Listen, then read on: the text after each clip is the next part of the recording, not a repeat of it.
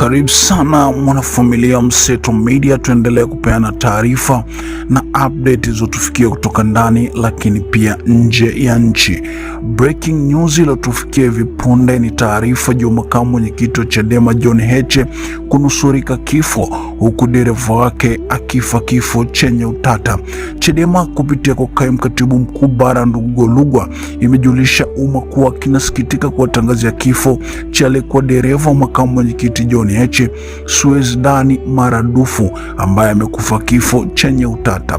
Suez amekutwa amefariki asubuhi ya Julai 1, 2026 chumbani kwenye nyumba ya wageni aliyofikia mjini Kigoma. Ikumbukwe tarehe 30 mwezi wa 6 Chadema ilifanya kikao cha kamati kuu uko Kigoma, ambapo ndo mara ya mwisho usiku kuonana na Suez, na asubuhi mwili ukakutwa ukiwa ndani ya chumba amefariki. Mwili umechukuliwa na polisi kupeleka hospitali ya mkoa wa Kigoma kwa ajili ya taratibu nyingine za uchunguzi. Tumsikilize hapa makamu katibu mkuu Bara wa Chadema Golugwa akielezea.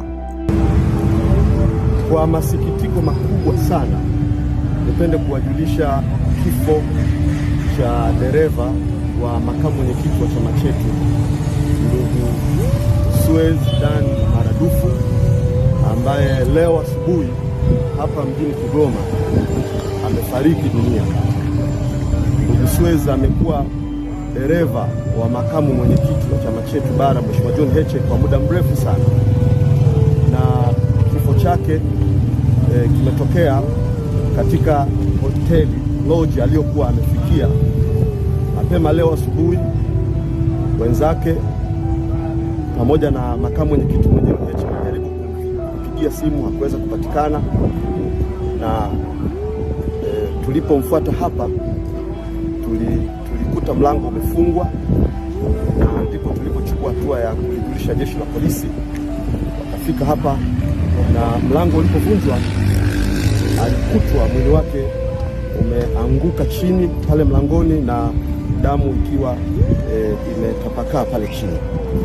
Kwa hivyo hivi sasa mwili umepelekwa kwa ajili ya postmortem kufanya uchunguzi na kujua nini hasa kimetokea na kimesababisha kifo chake. Niwape pole sana familia ya ndugu Suez, pole kwa makamu mwenyekiti wa chama chetu, na amekuwa sehemu yetu katika safari na harakati zetu nyingi. Kwa hiyo amekuwa sehemu ya familia ya wanachadema. Hivyo niwape pole wanachadema wote na Watanzania wote ambao wanatutakia mema. Na baada ya uchunguzi ambapo mawakili wetu Leo Mainyila pamoja na Dickson Matata watakuwa sehemu ya mchakato huo wa postmortem, basi tutapata taarifa nyingine za ziada na kufahamu nini hasa kimetokea kwa dereva wa makamu mwenyekiti wa chama chetu ndugu Suez.